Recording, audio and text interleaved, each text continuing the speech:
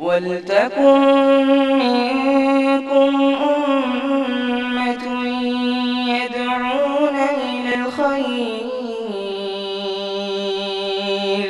وَيَأْمُرُونَ بِالْمَعْرُوفِ وَيَنْهَوْنَ عَنِ الْمُنكَرِ وَأُولَٰئِكَ هُمُ الْمُفْلِحُونَ. السلام علیکم ورحمۃ اللہ وبرکاتہ۔ ان الحمد للہ نحمده ونستعینه ونستغفره ونعوذ باللہ من شرور انفسنا ومن سیئات اعمالنا من يهده الله فلا مضل له ومن يضلل فلا هادي له واشهد ان لا اله الا الله وحده لا شريك له واشهد ان محمدا عبده ورسوله اما بعد فان خير الحديث كتاب الله وخير الهدي هدي محمد صلى الله عليه وسلم وشر الأمور محدثاتها وكل محدثة بدعة وكل بدعة ضلالة وكل ضلالة في النار۔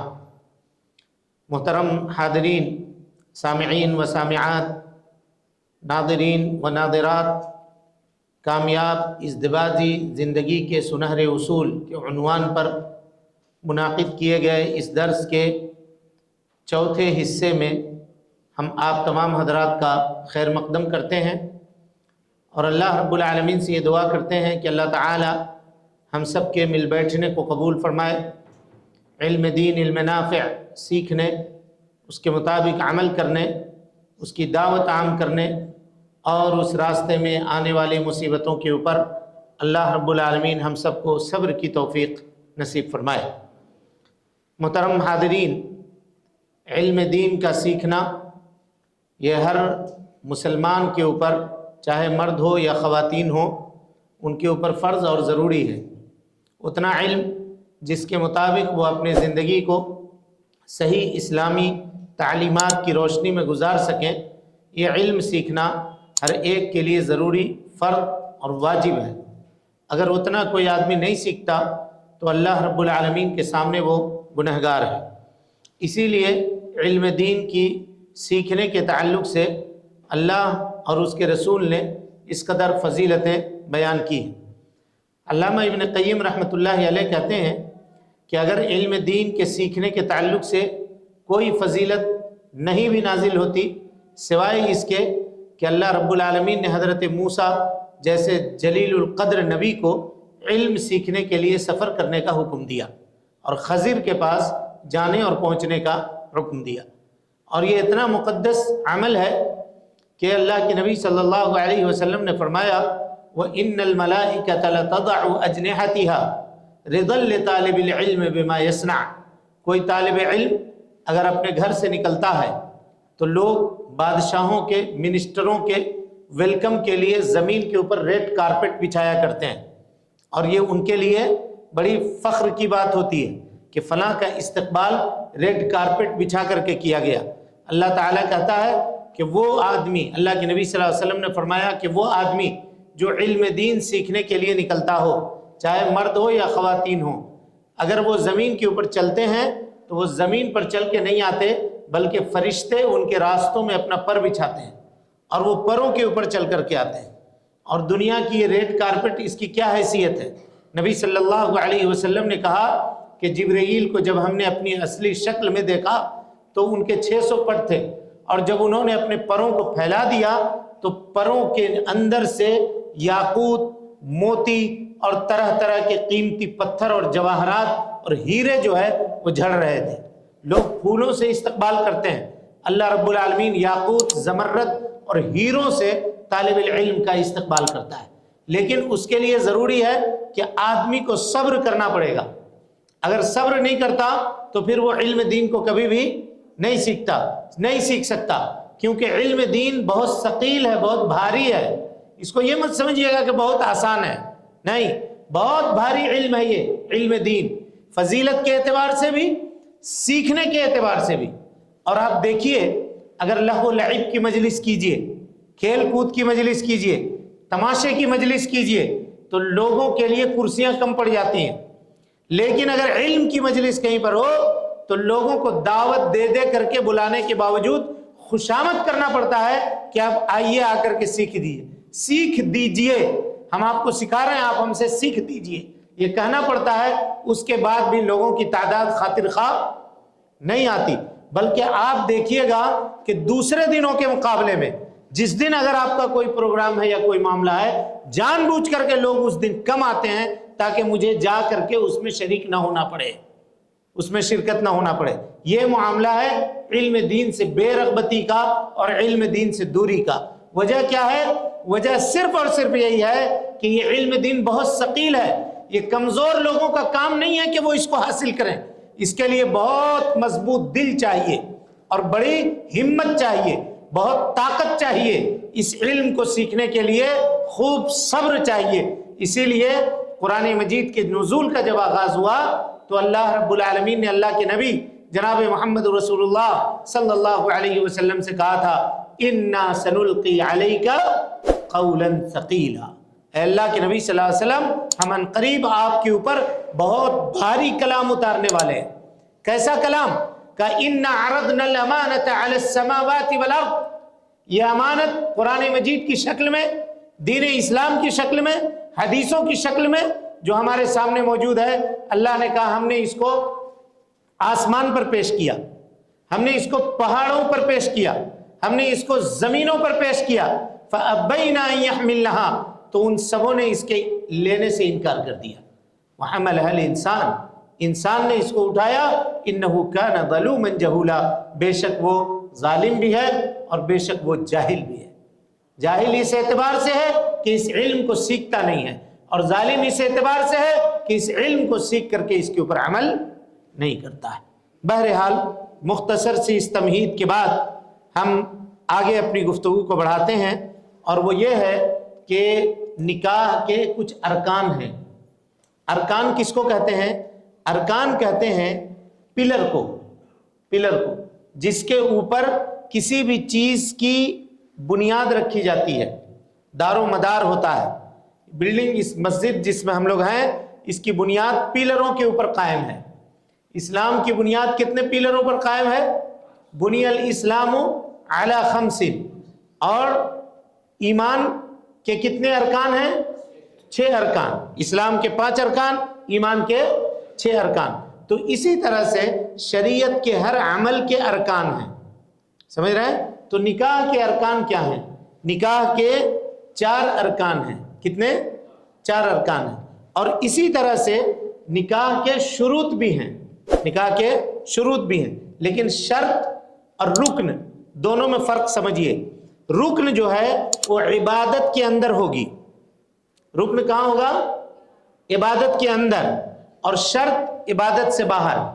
شرط کہاں ہوگا؟ عبادت سے باہر۔ اس کی مثال لیجئے، جیسے رکوع کرنا، یہ نماز کا کیا ہے؟ شرط ہے کہ رکن ہے؟ بولیے، شرط ہے کہ رکن ہے؟ رکن ہے۔ کیوں؟ اس لیے کہ یہ نماز کے اندر ہے۔ لیکن وضو کرنا نماز کے لیے کیا ہے؟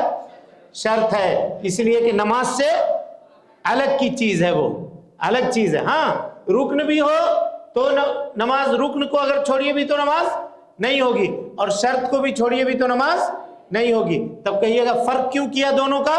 تو کہیے گا کہ کسی بھی چیز کے اصل کے اندر جو چیز ہو اس کو کہتے ہیں رکن، اور کسی کے اصل سے جو چیز باہر ہو اس کو کیا کہتے ہیں؟ شرط۔ سمجھ گیا اتنی بات؟ چلیے، تو نکاح کے کتنے ارکان ہوئے؟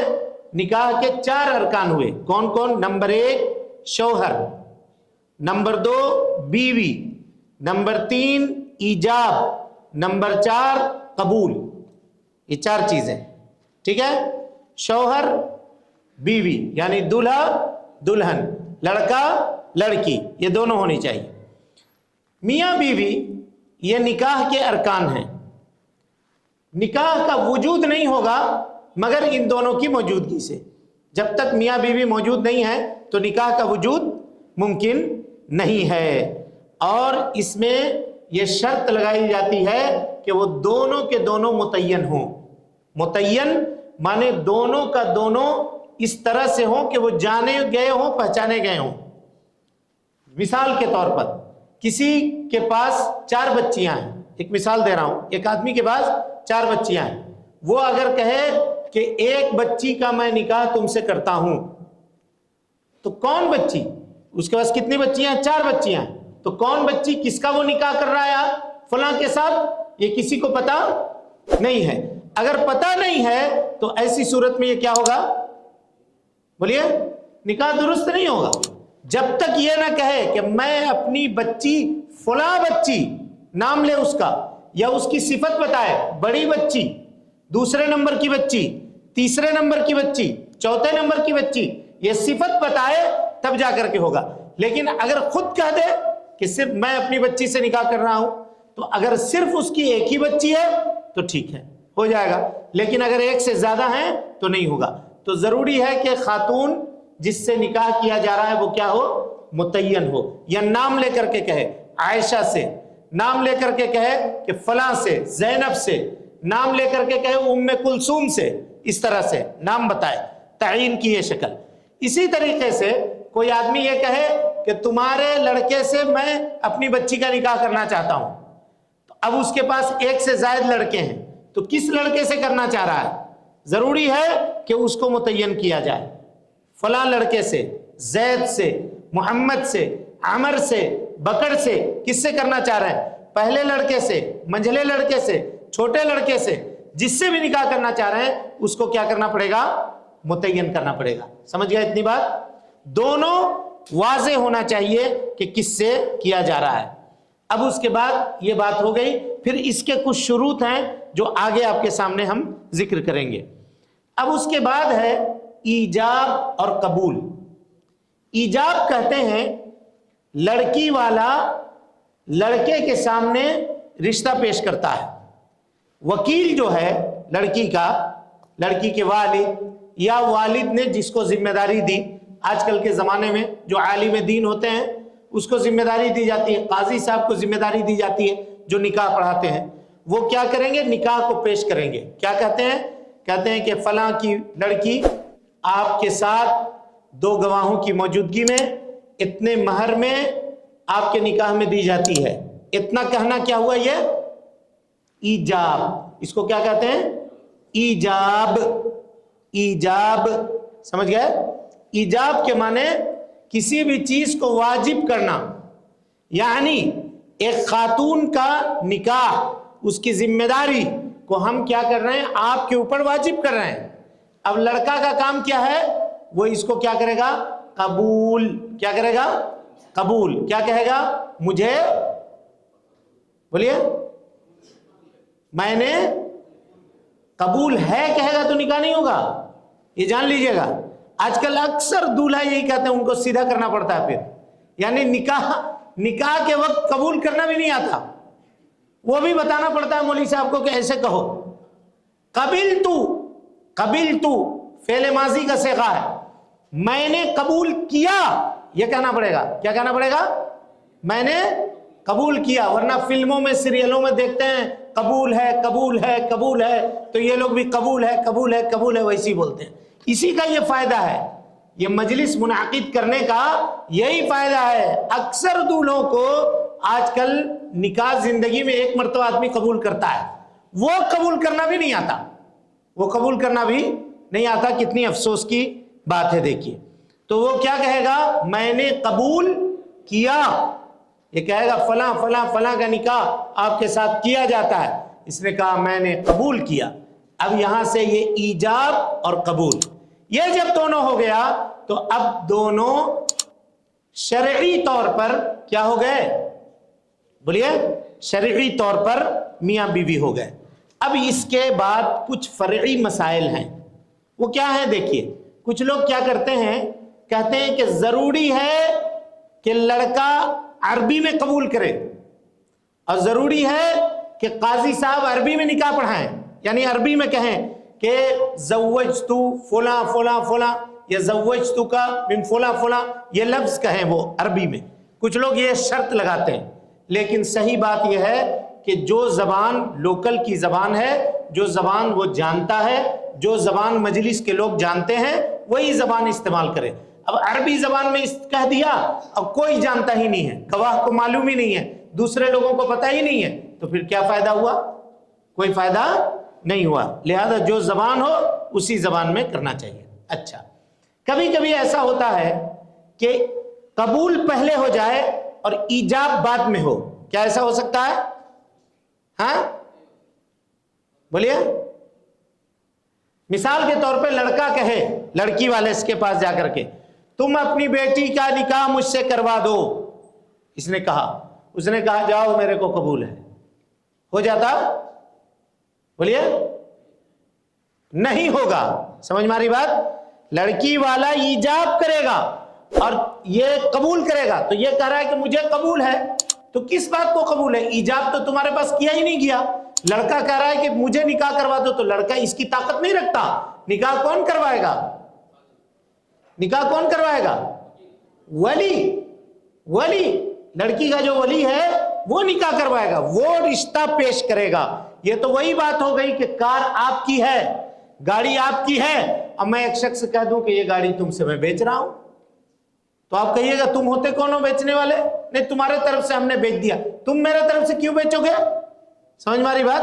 تو جب کوئی آدمی کسی چیز کا مالک نہیں ہے، وہ اپنی جانب سے وہ معاملہ نہیں کر سکتا ہے، اپنے جانب سے وہ معاملہ نہیں کر سکتا۔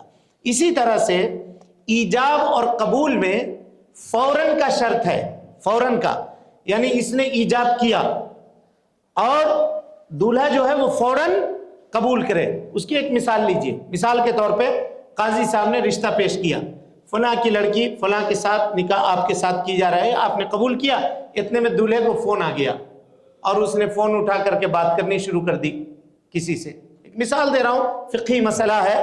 اب گفتگو کرتے کرتے کرتے 5-7 منٹ کی تاخیر ہو گئی، پھر فون بند کیا، اس کے بعد کہا قبول ہے، تو یہ قبول ہوگا؟ بولیے نہیں ہوگا، دوبارہ ایجاب کروانا پڑے گا، پھر اس کو قبول کرنا پڑے گا۔ لیکن اس نے ایجاب کیا اور کرنے کے بعد اس کو چھینک آ گئی، الحمدللہ کہا، اور اس کے بعد اس نے کہا ہمیں قبول ہے، تو ایسی صورت میں وہ مان لیا جائے گا۔ فوریت اگر ہے، فوراً، اور اتنا دیر ہے کہ اتنا دیر چلتا ہے، کوئی معاملہ نہیں ہے، تو وہ مان لیا جائے گا۔ لیکن اگر زیادہ تاخیر ہو تو یہ تاخیر قبول نہیں ہوگی، اس کو دوبارہ قبول کروانا پڑے گا۔ سمجھ گئے اتنی بات؟ جی، اسی طریقے سے اس کے لیے ضروری ہے کہ وہ لفظ نکاح یا لفظ تجویز، لفظ کا زواج جو قرآن مجید میں استعمال ہوا ہے، ان دو لفظوں کو استعمال کرے عام طور پر۔ یا کوئی کہے کہ میں اپنی بیٹی تمہیں دے دیتا ہوں، کیا تم اس کو قبول کرتے ہو؟ تو کیوں دے رہے ہو؟ یہ بات پوچھی جائے گی، کیا نکاح کر رہے ہو یا نہیں؟ تو اسی لیے علماء کہتے ہیں کہ لفظ نکاح اس کا استعمال کرنا ضروری ہے، یا زوجیت اس کا استعمال کرنا ضروری ہے۔ یہ کہے کہ آپ کی زوجیت میں فلاں کی بچی اتنا مہر کے ساتھ 2 گواہوں کی موجودگی میں دی جاتی ہے، کیا آپ نے اس کو قبول کیا؟ دیکھیے لفظ جوزیت کا استعمال کیا۔ یا یہ کہے آپ کے نکاح میں فلاں کی بچی اتنے مہر سے 2 گواہوں کی موجودگی میں دی جاتی ہے، کیا آپ نے اس کو قبول کیا؟ یہ کہے گا ہاں میں نے قبول کیا، تو اب اس کے بعد کیا ہو جائے گا؟ نکاح مکمل ہو جائے گا۔ تو یہ چند باتیں تھیں نکاح کے ایجاب، قبول اور دلہا اور دلہن کے تعلق سے۔ اس کا خلاصہ 2 لفظوں میں بیان کر کے بات کو آگے بڑھاتے ہیں۔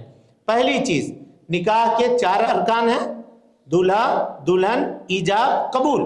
دلہا دلہن یہ دونوں متعین ہونا چاہیے، کس سے کس کا نکاح ہو رہا ہے، کس سے کس کا نکاح ہو رہا ہے، یہ دونوں متعین ہونی چاہیے، واضح ہونا چاہیے۔ اسی طریقے سے ایجاب لڑکی والا کرے گا، لڑکا کیا کرے گا؟ قبول کرے گا۔ ایجاب میں یہ ضروری ہے کہ فوراً کرے، ایجاب لڑکی والا ہی کرے، لڑکا والا اپنے طرف سے کرے گا تو یہ ایجاب نہیں مانا جائے گا، یا اگر ایجاب سے پہلے کوئی قبول کر لے تو یہ بھی نہیں مانا جائے گا۔ اس کی مثالیں آپ کے سامنے آ چکی ہیں۔ اب اس کے بعد آئیے نکاح کے شروط کیا ہیں، نکاح کے شروط کیا ہیں۔ سب سے پہلی چیز، ابھی ہم بات آپ کے سامنے کر چکے کہ یہ دونوں کے دونوں متعین ہوں، میاں بیوی دونوں کیا ہوں؟ متعین ہو۔ متعین مطلب سمجھ گئے آپ لوگ کس طرح سے ہو؟ متعین ہو مطلب کون کس سے نکاح ہو رہا ہے یہ بات واضح ہونی چاہیے۔ یہ لڑکا ہے اور یہ لڑکی ہے۔ دوسری چیز دونوں کی رضامندی ہو، یہ بھی کیا ہے؟ نکاح کے لیے شرط ہے، لڑکا بھی راضی ہو اور لڑکی بھی راضی ہو، اور لڑکی کے ساتھ ساتھ ولی بھی راضی ہو، ولی بھی راضی ہو، ورنہ میاں بیوی راضی تو کیا کرے گا قاضی، یہ نہیں چلے گا۔ سمجھ ماری بات؟ میاں بیوی کے ساتھ ساتھ ولی کی رضامندی کیا ہے؟ ضروری ہے، اور صرف ولی راضی ہو یا لڑکی راضی نہیں ہو تب بھی نکاح نہیں ہوگا۔ آپ حدیث اس سے پہلے پڑھ چکے ہیں، خنسہ بنت خزام انصاریہ رضی اللہ عنہا کا نکاح ان کے والد نے کروا دیا تھا۔ وہ آئیں اللہ کے نبی صلی اللہ علیہ وسلم کے پاس اور کہا کہ اللہ کے نبی صلی اللہ علیہ وسلم میرے والد نے میرا نکاح کروا دیا ہے جبکہ میں اس کو پسند نہیں کرتا ہوں، میں اس کو پسند نہیں کرتا ہوں۔ تو اللہ کے نبی صلی اللہ علیہ وسلم نے ان کے نکاح کو کیا کر دیا؟ باطل کر دیا، دونوں کے درمیان جدائی کر دی۔ حدیث بخاری شریف کے اندر موجود ہے، جیسا کہ آپ کے سامنے بات ہو چکی ہے۔ اسی طرح سے ایک روایت ہے کہ ان جاریتن بکرن، ایک چھوٹی بچی آئی اللہ کے نبی صلی اللہ علیہ وسلم کے پاس اور کہا کہ اس کے والد نے اس کا نکاح کروا دیا ہے، وہی کاریہ، اس حال میں کہ جس سے اس کا نکاح کروایا ہے وہ اس کو پسند نہیں کرتی ہے۔ چھوٹی بچی تھی، یعنی ابھی اس کی رخصتی نہیں ہوئی تھی، اس کی رخصتی نہیں ہوئی تھی، چھوٹی بچی تھی۔ تو اللہ کے نبی صلی اللہ علیہ وسلم کے پاس آنے کے بعد اس نے کہا کہ میرے والد نے زبردستی میرا نکاح پڑھوایا ہے، مجھے وہ نکاح پسند نہیں ہے۔ تو حضرت عبداللہ ابن عباس رضی اللہ عنہما کہتے ہیں فخیرها النبی صلی اللہ علیہ وسلم، اللہ کے نبی صلی اللہ علیہ وسلم نے ان کو اختیار دیا۔ کیا اختیار دیا؟ بین الامضاء والفسخ، کہا بیٹی اگر آپ چاہتی ہو تو نکاح میں باقی رہ جاؤ، ابا نے نکاح کروا دیا ہے باقی رہ جاؤ، اور اگر تم نہیں چاہتی ہو تو تمہارا نکاح کیا کرتے ہیں؟ فسخ کر دیتے ہیں، فسخ کر دیتے ہیں مانے نکاح کینسل کر دیتے ہیں، تم لوگ دونوں کے درمیان رشتہ ختم ہو جائے گا۔ اس حدیث کو امام احمد نے، امام ابو داؤد نے، امام ابن ماجہ نے روایت کیا ہے، اور علامہ البانی رحمۃ اللہ علیہ نے اس کو صحیح قرار دیا ہے۔ کیا پتہ چلا اس سے؟ کیا پتہ چلا اس حدیث سے؟ کہ لڑکی چاہے سیبہ ہو، سیبہ مانے شادی شدہ، وہ لڑکی جس کا پہلے ایک مرتبہ شادی ہو چکا ہے، یا تو اس کو طلاق ہو گئی ہے، یا اس نے خلا لے لیا ہے، یا اس کے شوہر کا انتقال ہو گیا ہے، اس کو کیا کہیں گے؟ سیبہ۔ جو پہلے ایک شوہر کے ساتھ زندگی گزار چکی ہے اس کو کہیں گے سیبہ۔ اور وہ خاتون جو کنواری ہے، ابھی اس کی شادی ہوئی نہیں ہے، اس کو کیا کہتے ہیں؟ باکرہ۔ کیا کہتے ہیں؟ باکرہ۔ تو چاہے خاتون کنواری ہو یا سیبہ ہو، دونوں صورتوں میں، یہ دونوں طرح کی حدیث موجود ہے، دیکھیے دونوں صورتوں میں اگر زبردستی اس کا نکاح کرا دیا گیا ہے تو وہ نکاح درست نہیں ہوگا، جیسا کہ دونوں حدیثوں میں آپ کے سامنے بات آ چکی ہے۔ اب آئیے، یہ دو شروط سمجھ گئے۔ پہلا شرط میاں بھی متعین ہو، بیوی بھی متعین ہو۔ دوسرا شرط کیا ہے؟ دونوں کی رضامندی ہو، دونوں کی رضامندی ہو۔ لڑکا ناپسند کرتا ہے، زبردستی شادی کر دیا گیا، نہیں ہوگا۔ لڑکی ناپسند کرتی ہے، زبردستی شادی کروا دیا، کسی معاملے میں کمپرمائز کیا ہے گھر والوں نے اور شادی ہو گیا دونوں کا، دونوں ایک دوسرے کو ناپسند کرتے ہیں، نکاح نہیں ہوگا۔ یہ کچھ باتیں آپ کے سامنے اس سے پہلے گزر چکی ہیں۔ کہاں؟ کس موضوع پہ گزری ہیں؟ یاد ہے کسی کو؟ رضامندی کی بات اس سے پہلے کہاں پڑھائے ہیں ہم؟ ہاں، نکاح شغار میں، نکاح شغار میں آپ لوگ اس سے پہلے پڑھ چکے ہیں کہ ایک گھر کا لڑکا، ایک گھر کی لڑکی، اور ادھر سے ایک گھر کا لڑکا، ایک گھر کی لڑکی۔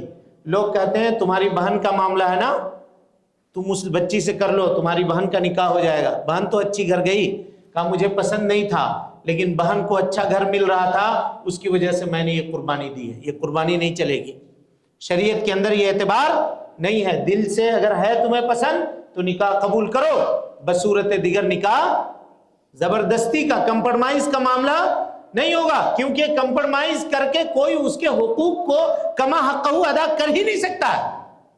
اس کے معاملات ہوں گے، آگے چل کے وہ کہے گا کہ ہمارے ساتھ مجبوری تھی، اس وجہ سے ہم نے تم سے نکاح کیا تھا، ورنہ تم سے اچھی اچھی لڑکیاں ہمیں مل رہی تھی۔ یا خاتون کہے گی ہمارے ساتھ مجبوری تھی، اس وجہ سے ہم نے تمہیں پسند کیا تھا، ورنہ تم سے بہترین شوہر ہمیں مل رہے تھے۔ تو یہ جھگڑا لڑائی کیوں؟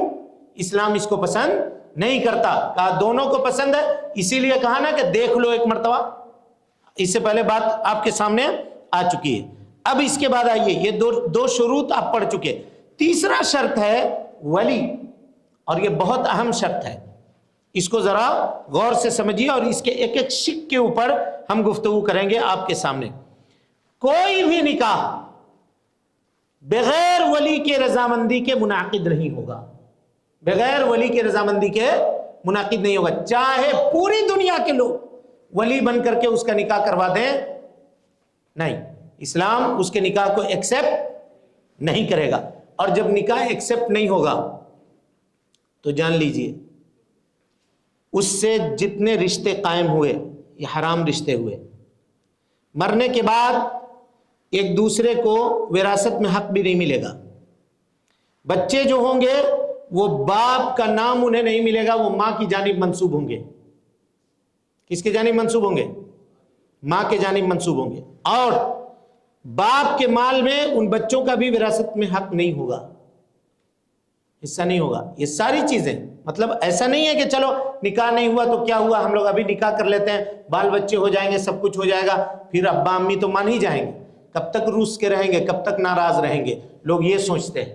معاملہ یہ نہیں ہے. معاملہ یہ ہے کہ پھر علماء کیا کہتے ہیں، دیکھیے علماء کہتے ہیں، یہ یہاں پہ اس وجہ بتا دے رہا ہوں تاکہ اس سنگینی کو آپ یاد رکھیں، ورنہ یہ گفتگو آگے بھی آنے والی ہے. کہتے ہیں علماء کہ اگر اس طرح کا کوئی نکاح منعقد ہوا ہے اور پھر بعد میں یہ چاہ رہے ہیں کہ ہمارے ولی رضامند ہوئے ہیں تو دونوں کو الگ کیا جائے گا. اور دونوں کو الگ کرنے کے بعد 1 مہینے کی عدت خاتون گزارے گی اپنے گھر میں، اور 1 مہینے کے بعد پھر نکاح جدید ہوگا دوبارہ ولی کی رضامندی سے. جس طرح سے پہلی مرتبہ نکاح ہوا تھا ویسے پھر نکاح ہوگا، مہر رکھا جائے گا، ایجاب و قبول ہوگا دونوں کی طرف سے. اب یہاں سے جو ان کا رشتہ چلے گا یہ رشتہ پاکیزہ رشتہ ہوگا. اس سے پہلے کا جو رشتہ ہوا وہ ناجائز رشتہ ہوگا. اسلام اس رشتے کو کیا کرتا ہے؟ ایکسپٹ نہیں کرتا ہے، قبول نہیں کرتا ہے. اسی لیے یہ معاملہ اتنا آسان نہیں ہے، اس کے اوپر حلال و حرام کے معاملے ٹکے ہوئے ہیں. آپ دیکھیے گا قتل کو ثابت کرنے کے لیے، غور سے سنیے، قتل کو ثابت کرنے کے لیے 2 گواہ چاہیے. کوئی بھی 2 گواہ بول دے فلاں نے فلاں کو مارا ہے، میں نے دیکھا ہے مارتے ہوئے، ٹھیک ہے، یہ کہہ دیا، ہو جائے گا ثابت. لیکن یہ عزت و آبرو کا معاملہ اسلام میں اتنا سخت ہے کہ 4 گواہ جب تک نہیں آئے گا تب تک کسی کی عزت و آبرو سے کھلواڑ کا کسی کو موقع نہیں دیا جائے گا. یہ ایک دم بالکل آنکھ سے دیکھنے والے ہوں گے. فلاں نے فلاں کو کہا، فلاں نے فلاں کو کہا، نہیں، قاضی کے سامنے وہ کھڑے ہو کر کے کہے گا کہ میں نے اپنے ان آنکھوں سے دیکھا ہے. اگر یہ کہے گا تو ٹھیک ہے، یہ کہے گا تو ٹھیک ہے، تب جا کر کے اس کی بات مانی جائے گی. لیکن ایسے اس کی بات تسلیم نہیں کی جائے گی. یہ عزت و آبرو کے معاملے میں اسلام کے قوانین اتنے سخت ہیں، اس لیے سمجھنا چاہیے اس بات کو، اس بات کے اوپر دھیان دینی چاہیے. جمہور علماء کہتے ہیں کہ ولی کی رضامندی کے بغیر نکاح ممکن نہیں ہے. لیکن دیکھیے خاتون کبھی کیا کرتی ہے، اپنے ولی کو بائی پاس کرتی ہے. کیسے بائی پاس کرتی ہے؟ ابا نہیں مان رہے ہیں، بھائی نہیں مان رہے ہیں، امی راضی ہے اور امی ماموں کو منا لیتی ہے، یا اپنے کسی اور بھائی کو یا اپنے کسی اور رشتہ دار کو کھڑا کر لیتی ہے، پھوپھا تیار کر لیتی ہے، پھوپھا کو یا خالو کو تیار کر لیتی ہے یا کسی اور کو تیار کر لیتی ہے اور نکاح کروانا چاہتی ہے. اگر وہ نکاح کر لے تب بھی شریعت نے اس نکاح کو ناجائز قرار دیا ہے. باپ اگر موجود ہے تو باپ کی موجودگی میں بغیر اس کی اجازت کے کوئی نکاح نہیں کروا سکتا، کوئی نکاح نہیں کروا سکتا. اور کوئی بھی خاتون اپنے ولی کو بائی پاس نہیں کر سکتی کسی بھی قیمت پہ. اب آج لوگ یہ کہتے ہیں ولی کی ضرورت ہے نا، ولی تو موجود ہے، میرے ماموں نے میرا نکاح کروایا ہے. اب کچھ لوگ خواہ مخواہ کے مفتیوں کے پاس شکایت لے کر کے جاتے ہیں، میرے ابا ایسے ہیں تو میرے ابا بے نمازی ہیں تو میرے ابا فلاں سے ہمارا نکاح نہیں کروانا چاہتے ہیں، یہ کرنا چاہتے ہیں، ایسا کرنا چاہتے ہیں. تو کہہ دیتا ہے مفتی صاحب بغیر سوچے سمجھے یہ فتویٰ دے دیتے ہیں، تو ٹھیک ہے تم اپنے ابا کو بائی پاس کر کے دوسرے سے، اپنے خالو سے کہہ دو نکاح کروا دیں گے، پھوپھا سے کہہ دو نکاح کروا دیں گے، تمہارے بھائی سے کہہ دو نکاح کروا دیں گے. نہیں، یہ مفتی کا کام نہیں ہے، یہ کام کس کا ہے؟ قاضی کا. اور اگر قاضی موجود نہیں ہے تو مفتی کو چاہیے کہ وہ اپنے آپ کو قاضی کے مقام پہ رکھے اس کے والد کو بلائے. اب بلانے کے بعد اس سے معاملہ پوچھے کہ حقیقت کیا ہے, کیوں آپ اس کو روک رہے ہیں یہ کرنے سے. دیکھیے ولی کفو سے, کفو مانے برابری ہے رشتہ, وہاں وہ روک رہا ہے تو وہ الگ بات ہے, اس پہ قاضی غور کرے گا. لیکن ولی اگر لڑکی کے پسند کو روک رہا ہے تو یہ اس کا اختیار ہے. دونوں میں فرق سمجھیے گا, یہ اس کا اختیار ہے, وہ روک سکتا ہے. ورنہ پھر کوئی بھی خاتون اپنی پسند لا کر کے اپنے ولی کے سامنے پیش کر دے کہ فلاں سے ہمارا نکاح کروا دیجئے, تو پھر ولی کاہے کو ہے, صرف منہ دیکھنے کو ہے؟ کیوں ہے؟ اس کا اختیار ہے کہ نہیں ہے, اس کا پاور ہے کہ نہیں ہے. تو پاور کا مطلب یہ ہے کہ خاتون اس کے اوپر زبردستی نہیں کر سکتی ہے, اس کو پریشر میں نہیں لا سکتی ہے. ہاں یہ الگ بات ہے کہ وہ بھی پریشر میں بچی کو نہیں لائے گا, بلکہ اسی سے اس کا نکاح کروائے گا جس کو وہ پسند کر رہی ہو, جس کو وہ پسند کر رہی ہو. لیکن اب ڈائریکٹ کوئی کہہ دے کہ ہم چاہتے ہیں, لڑکا بہت اچھا ہے, سب کچھ ہے, کمانے والا ہے, کھانے والا ہے, نمازی ہے, دیندار ہے, میرے ابا پسند نہیں کرتے ہیں, تو قاضی اس سے پوچھے گا کہ تمہارے ابا نے رشتہ پیش کیا تھا یا تم نے خود سے چاہا ہے. اگر وہ کہہ دے گا نہیں ہم نے خود سے چاہا ہے, تو اسی وقت ولی کو یہ پاور ہے کہ وہ اس لڑکے کا نکاح کیا کرے, ہاں کہہ دے کہ ہم اس کا نکاح اس کے ساتھ نہیں کروائیں گے. یہ اختیار کس کو ہے؟ یہ اختیار ولی کو ہے. اسی لیے کوئی بھی آدمی اس سلسلے میں لوگ کیا کرتے ہیں, معاملہ اپنا پہلے سے طے کر لیا, کسی بھی امام مسجد کے پاس پہنچتے ہیں اور امام مسجد 500,000 روپیہ لے کر کے ان کا نکاح کر دیتا ہے. حرام ہے یہ نکاح, حرام ہے. کوئی نانا کو لے کر چلا جاتا, کوئی خالو کو لے کر چلا جاتا, کوئی ماموں کو لے کر چلا جاتا, ادھر والد کو پتہ نہیں گھر میں, اور بھائی کو پتہ نہیں گھر میں, گھر والے کسی کو پتہ نہیں, ماموں نے نکاح کروا دیا. ماموں کون ہوتا ہے نکاح کروانے والا؟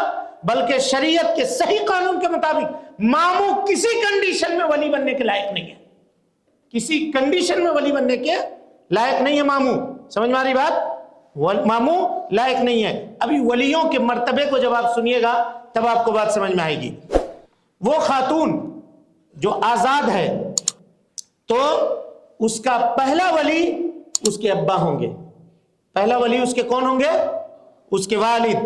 اگر وہ موجود ہیں تو سب سے پہلا حق ان کا ہے, ان کے ابا کا. اگر ابا نہیں ہیں, انتقال کر گئے یا باہر ملک میں ہیں, کسی ایسی جگہ پر ہیں جہاں وہ نہیں آ سکتے ہیں لیکن قید ہیں, یہ ساری چیزیں اس میں آ سکتی ہیں, جیل کے اندر بند ہے لا قدر اللہ, یا کوئی اور معاملہ ہو گیا, کسی اور ملک میں کام کرتے ہیں, چھٹی نہیں مل سکی ان کو, نہیں آ سکے, تو ایسی صورت میں ولی کون بنے گا؟ دادا. کون بنیں گے؟ دادا. اس کی ترتیب یاد رکھیے گا. اسی طرح سے یتیم بچوں کا بھی معاملہ ہے. یتیم بچہ اگر کسی کے گھر میں کسی کے لڑکے کا انتقال ہو گیا تو اور اس نے بال بچے چھوڑے ہیں, تو ان بال بچوں کی ذمہ داری کس کی ہوگی؟ دادا کی ذمہ داری ہوگی. اور اگر دادا موجود نہیں ہے تو پھر اس کے صورت میں چچا کی طرف ذمہ داری ہوگی. نبی صلی اللہ علیہ وسلم یتیم تھے, پرورش کس نے کی؟ دادا نے, اور دادا کے انتقال کے بعد چاچا نے پرورش کی. تو اسی طرح سے یہ معاملہ چلے گا. اس کے بعد کس کا حصہ بنتا ہے؟ دادا کا. دادا کے بعد کہتے ہیں کہ اگر دادا بھی نہیں ہے تو اس کے بعد کس کا بنے گا؟ تو کہتے ہیں کہ اس کے بعد سگا بھائی. کون؟ سگا بھائی, یعنی ماں سے بھی رشتہ ہو, باپ سے بھی رشتہ ہو, ایک ماں باپ کے جو بھائی ہیں وہ بنیں گے. اور سگا بھائی اگر نہیں ہے تو کون بنے گا؟ اخت اب, باپ شریک بھائی. باپ شریک بھائی جس کا باپ ایک ماں دو ایسے ہیں تو. لیکن اگر کوئی ماں شریک بھائی ہے تو اس کو حق نہیں ہے کہ وہ ولی بنے گا. ماں شریک بھائی, سمجھ گئے؟ یعنی والد کی بیوی جس کے پہلے گھر سے کوئی بچہ ہو, ماں شریک بھائی. سمجھ رہے ہیں نا آپ لوگ سب؟ ہاں جی, ماں سے جس کا رشتہ ہے وہ نہیں بن سکتی ہے. اس کے بعد کہتے ہیں اگر بھائی بھی نہیں ہے, سگا بھائی بھی نہیں ہے, باپ شریک بھائی بھی نہیں ہے, تب بات جائے گی کس کے پاس؟ چچا کے پاس. تب جا کر کس کا نمبر آئے گا؟ چچا کا. یعنی بھائی کے رہتے ہوئے چچا بولیے ولی نہیں بن سکتے. اب چچا کا نمبر آئے گا. اب چچا بھی نہیں ہے تب نمبر آئے گا چچیرے بھائیوں کا. تب نمبر چچیرے چچا کے بیٹوں کا، یعنی جو چچیرے بھائی ہیں اس کے نمبر آئے گا. اور ذوی الارحام جو لوگ ہیں، خالو، اسی طرح سے ماموں، ان کا کوئی حق نہیں ہے کہ وہ کسی بچی کا نکاح کریں. اب آپ بولیے گا کسی کا کوئی نہیں ہے ان لوگوں میں سے، تو فالسلطان ولی من لا ولی لہ، جس کا کوئی ولی نہیں ہے اس کا سلطان جو بادشاہ ہے وہ ولی بنے گا، اس کی ذمہ داری ہے کہ وہ نکاح کروائے. لیکن ہم لوگ جس اقلیت کے اندر رہتے ہیں، جس ملک میں، یہاں تو ہمارا وہ معاملہ نہیں ہے. تو مسجد کے ذمہ دار ہیں، کمیٹی کے ذمہ دار ہیں، وہ کیا بنیں گے؟ محلے کی، اگر ان کے محلے کے جو رینج کی جو محلہ ہے، علماء نے باضابطہ اس کو فتوے میں لکھا ہے کہ ان کا جو محلہ ہے رینج کا، وہاں وہ ذمہ دار بنیں گے. اگر کوئی نہیں ہے، بچی یتیمہ ہے، کوئی ہے ہی نہیں اس کا، تو ایسی صورت میں، یا اسی صورت میں اگر کوئی بچی ہوتی ہے جو دین قبول کر کے آئی ہے اور اس کا کوئی نہیں ہے، تو کون بنے گا؟ تو علماء کہتے ہیں کہ جس کے ہاتھ پہ اس نے دین قبول کیا ہے، اگر وہ مرد ہے تو وہ بن جائے گا، اور اگر نہیں تو پھر جو مسجد کے ذمہ دار ہیں وہ بنیں گے، یا نہیں تو پھر امام مسجد کی ذمہ داری ہے کہ وہ اس کا نکاح کروا دے، اس کا نکاح کروا دے. اگر کوئی ولی خاتون کا نہیں ہے، سگا رشتہ دار کوئی نہیں ہے، تو بادشاہ بنے گا، قاضی بنے گا، جج بنے گا. اگر قاضی اور جج بھی نہیں ہے، جیسا کہ ان ملکوں کے اندر جہاں ہم لوگ رہتے ہیں یہاں معاملہ ہے، تو ایسی صورت میں مسلمانوں کے معاملے کو دیکھ ریکھ کرنے والے جو لوگ موجود ہیں وہ بنیں گے، اور مسجد کے ذمہ دار ہیں وہ بنیں گے، اور نہیں تو پھر امام جو لوگوں کو نماز پڑھاتے ہیں وہ ان کی ذمہ داری ہے کہ وہ اس طرح کے خواتین کو کیا کریں؟ نکاح کر دیں. اسی طریقے سے جو مسلمان ہوئی ہیں ان کے تعلق سے بھی بات آپ کے سامنے ہو چکی. ولایت کی جو ترتیب ہم نے ذکر کی ہے ولی کی، ایک مرتبہ ترتیب پھر سے سن لیجئے. سب سے نمبر 1 والد، اس کے بعد دادا نہیں ہے تو سگا بھائی، اس کے بعد باپ شریک بھائی، یہ دونوں نہیں ہیں تب چچا نہیں ہے تو چچیرے بھائی، چچا کے بیٹے. اب اس کے بعد پھر نہیں. اتنے کے بعد بھی علماء کہتے ہیں کہ ماموں ہے تو نہیں بن سکتا. کون بنے گا؟ فالسلطان ولی من لا ولی لہ، بادشاہ پھر یا بادشاہ ہے وہ بنے گا. آج کل لوگ یہ معاملہ بہت زیادہ کرتے ہیں کہ اپنے مرضی سے جسے چاہتے ہیں اسے کیا کر لیتے ہیں؟ ولی بنا لیتے ہیں. ایسا کرنا یہ جائز نہیں ہے. اسی ترتیب کے اوپر چلنا پڑے گا. ولی اقرب کی موجودگی میں، یعنی جو قریبی ولی ہے، یعنی والد سب سے قریبی ہیں، اس کی موجودگی میں ولی ابعد کو یہ اختیار نہیں ہے کہ وہ نکاح کروا دے، یعنی دور والا. یعنی ابا کی موجودگی میں بیٹا بھی اگر چاہے کہ نکاح کروا دے، یعنی والد صاحب زندہ ہیں، بچی کا نکاح بھائی کہہ رہا ہے کہ ہم کرا دیں گے، والد صاحب کو چھوڑو، نہیں ہوگا نکاح. شریعت کہتی ہے کہ وہ نکاح نہیں ہوگا، وہ نکاح نہیں ہوگا. اسی طریقے سے اگر ایک خاتون کے والد نہیں ہے، اس کے دادا بھی نہیں ہے، لیکن اس کے 5 بھائی ہیں، اب 5 بھائی میں جھگڑا ہو گیا کہ ہم ولی بنیں گے اس کے خاتون کے، کس کو اختیار ملے گا؟ بڑے بیٹے کو. لیکن علماء کہتے ہیں کہ بڑا بیٹا اس میں نہیں ہوگا، سب لوگ برابر ہوں گے، سب لوگ برابر ہوں گے. اگر اس میں لوگ اتفاق کر لیتے ہیں بڑے کے اوپر تو اس کا حق ہے، بہتر ہے. ورنہ جو زیادہ متشرع ہو، دین کے بارے میں جانکار ہو، شریعت کا علم رکھنے والا ہو، حلال و حرام کو پہچاننے والا ہو، اس کو ترجیح ملے گی، اس کو ترجیح دی جائے گی. سمجھ گئے اتنی بات؟ اب اس کے بعد آئیے، ولی کے لیے بھی کچھ شروط ہیں. ولی کے لیے بھی کچھ شروط ہیں. سب سے پہلا شرط ولی کا کہ وہ عقل مند ہو. پاگل اگر ہے تو ولی نہیں بن سکتا، بے وقوف ہے تو ولی نہیں بن سکتا، اچھے برے کی تمیز اگر کرنے کی صلاحیت نہیں ہے اس کے پاس تو ولی نہیں بن سکتا. اسی طرح سے وہ آزاد ہونا چاہیے، غلام اگر ہے تو ولی نہیں بن سکتا. مسلمان ہونا چاہیے، اگر کافر ہے تو کسی مسلمہ کا ولی نہیں بن سکتا. خاتون اگر مسلمان ہے تو اس کا کوئی کافر ولی نہیں بن سکتا ہے. اسی طرح سے وہ کیا ہونا چاہیے؟ مرد ہونا چاہیے. عورت ولی نہیں بن سکتی ہے، چاہے کتنی قریبی کیوں نہ ہو. سگی ماں کیوں نہ ہو، وہ اگر چاہے ہم کھڑے ہو کر کے نکاح کروا دیں اپنی بچی کا، نہیں کروا سکتی ہے۔ اسی طریقے سے بالغ ہونا چاہیے، وہ بالغ ہو، جو بھی ولی بنے گا بالغ ہو۔ چھوٹا بچہ بھائی ہے، چھوٹا ہے، 5 سال کا، 6 سال کا، 7 سال کا، 8 سال کا، 10 سال کا نہیں بن سکتا ہے۔ جب تک وہ بالغ نہ ہو جائے تب تک وہ نہیں بن سکتا۔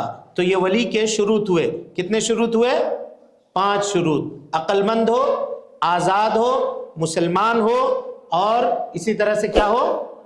مرد ہو، اور اسی طرح سے بالغ ہو۔ یہ 5 شروط کیا ہو؟ پائے جانا چاہیے۔ اب اگر کسی ولی